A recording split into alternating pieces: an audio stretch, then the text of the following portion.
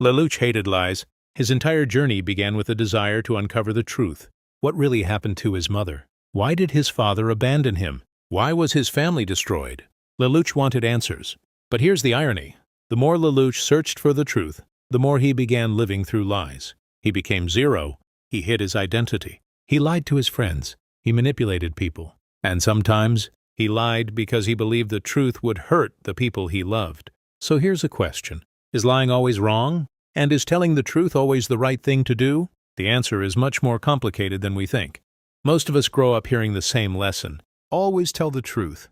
And that's generally good advice. Trust depends on honesty. Relationships need honesty. Without truth, people can't make informed decisions. But real life isn't always that simple.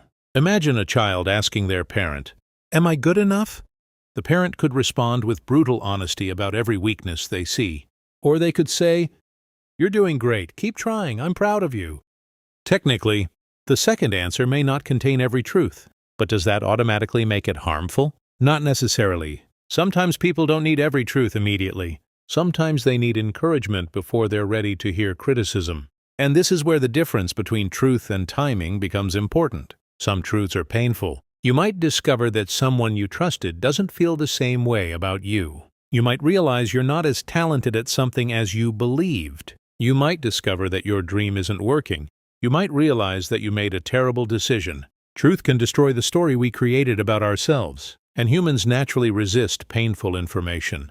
Psychology has repeatedly shown that people can engage in motivated reasoning. We don't always evaluate information neutrally. Sometimes we search for evidence supporting what we already want to believe. Why? Because beliefs aren't just information, they're connected to our identity. If someone tells you, "You're not good enough," you aren't only hearing information. You may hear, "You are not the person you thought you were." That's much harder to accept. Imagine two statements. "You are going to succeed," and "You have a lot to improve before you succeed." The first feels good. The second might hurt, even if the second statement is more useful. Many people naturally prefer the first. That's because humans don't only seek truth. We also seek emotional comfort. This happens everywhere. Parents sometimes soften the truth to protect their children. Friends sometimes say, "You look fine," even when someone clearly isn't feeling confident. People sometimes tell themselves, "Tomorrow I'll start," even when they know they are procrastinating. And sometimes we lie to ourselves, not because we're stupid, because accepting reality can be emotionally expensive. This is where Lelouch becomes especially interesting. Lelouch often creates explanations that make his decisions easier to live with. "I'm doing this for Nunnally. I have to carry this burden. Nobody else can do this. I can control the situation."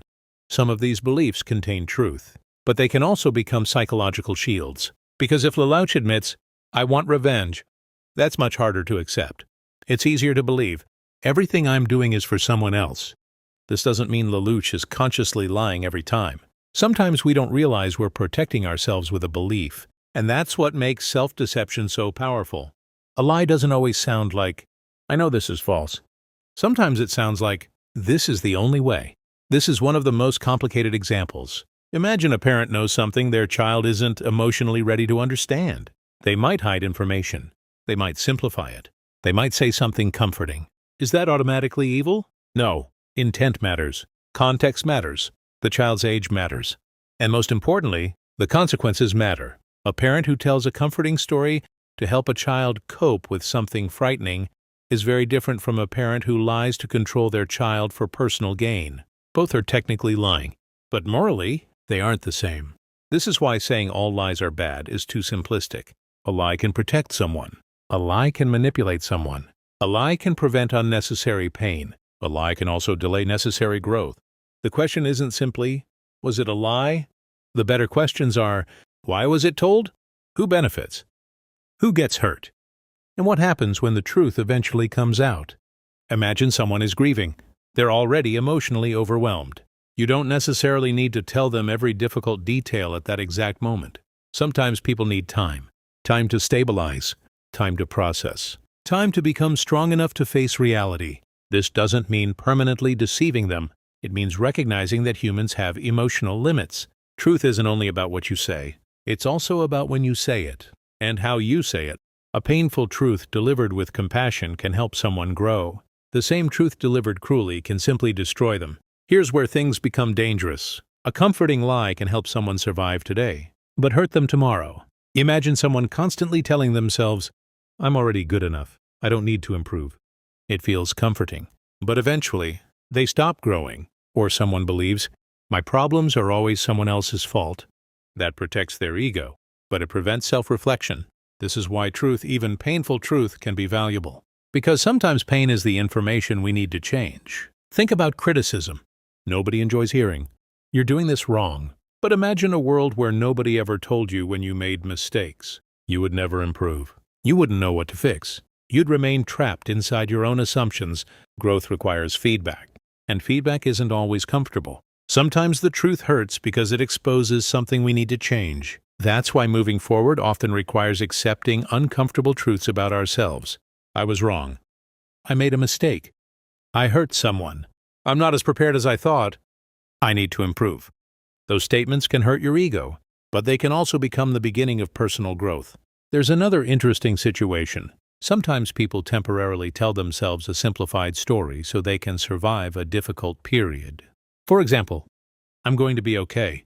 Maybe they aren't okay yet, but repeating that belief can give them enough hope to continue. Eventually, they might actually become okay. Is that a lie? Maybe. But words can influence behavior.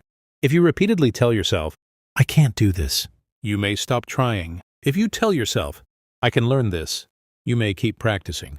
The second statement isn't necessarily a factual prediction. It's a direction, a belief that can influence action. And that's why the words we tell ourselves matter.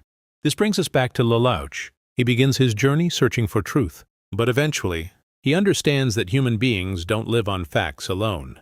They live through stories, symbols, beliefs, hope, fear, identity. Zero himself becomes a story.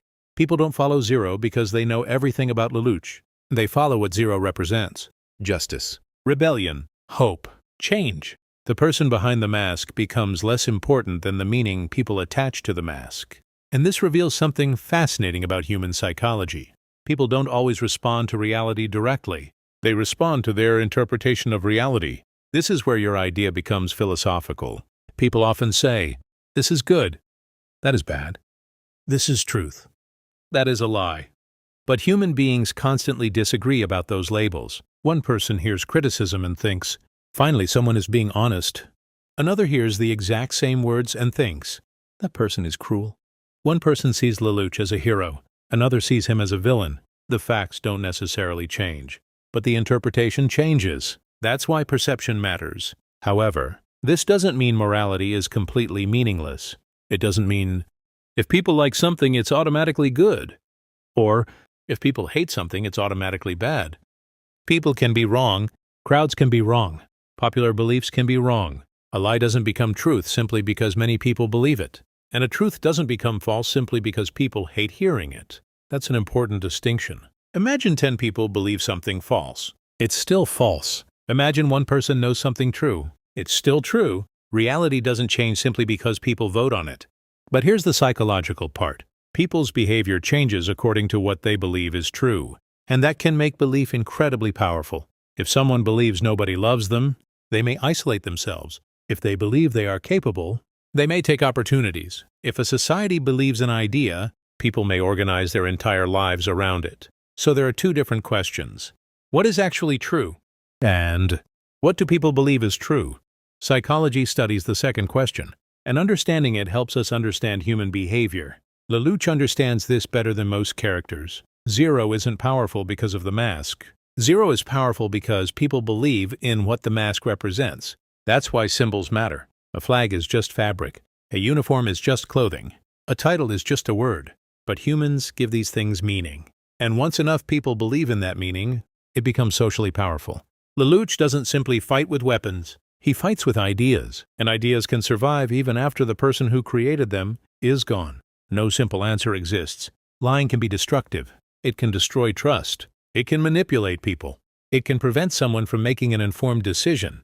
But honesty can also be delivered selfishly. You can tell the truth simply because you want to hurt someone. You can use "I'm just being honest" as an excuse for cruelty. So perhaps the better principle isn't always tell the truth. Or lying is sometimes good. It's Be honest about your intentions. Before saying something, ask, am I saying this to help them or to make myself feel better? Am I protecting them or controlling them? Am I giving them time or avoiding an uncomfortable conversation? If I were in their position, would I want to know? Those questions are much more useful than simply labeling something truth or lie. And perhaps the hardest person to be honest with is yourself, because you know exactly what you want to believe. You know what scares you. You know what makes you uncomfortable. And sometimes you can build an entire story to avoid facing reality. I'm not lazy, I'm just tired.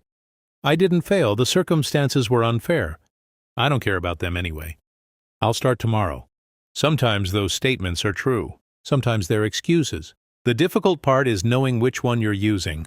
Real growth requires asking, am I protecting myself from the truth? Because sometimes the lie that hurts us most is the one that keeps us comfortable. Lelouch's story gives us an interesting perspective on truth. He begins by wanting the truth about his mother. He spends his life surrounded by lies, and eventually, he creates a final lie that changes the world. But perhaps the lesson isn't that lying is good, and it isn't that truth is always good. The lesson is that human beings are complicated. Truth can heal. Truth can hurt. A lie can destroy. A lie can protect. A comforting belief can help someone survive. That same belief can later prevent them from growing. The difference is often found in intention, context, consequences, and whether we are willing to face reality when the time comes. Lelouch spent his entire life surrounded by lies. His mother's death, his father's secrets, his own identity, zero. And finally, the zero requiem. But perhaps the most important lesson isn't about whether Lelouch was right or wrong to lie. It's about why human beings lie in the first place. Sometimes we lie because we're afraid. Sometimes because we want to protect someone. Sometimes because we want to protect ourselves. Sometimes because the truth is simply too painful to accept. And sometimes we lie to ourselves because the truth would force us to change. But that's where growth begins. The moment you can finally look at yourself and say, I don't like this truth, but I need to face it, because you can't improve something you refuse to see. You can't change what you keep denying. And you can't build a better future while living inside a story that protects you from reality. Maybe truth isn't always comfortable. Maybe honesty isn't always kind. Maybe lies aren't always evil. But there is one thing we should always ask ourselves. Is this helping me face reality or helping me escape it? Because words don't become true simply because we like them. And truth doesn't become false simply because we hate it. But the stories we choose to believe can change the person we become. And perhaps that's the real psychology behind Lelouch. Not learning how to lie, learning when you're lying to yourself. Because sometimes the hardest truth to accept is the truth that can finally set you free.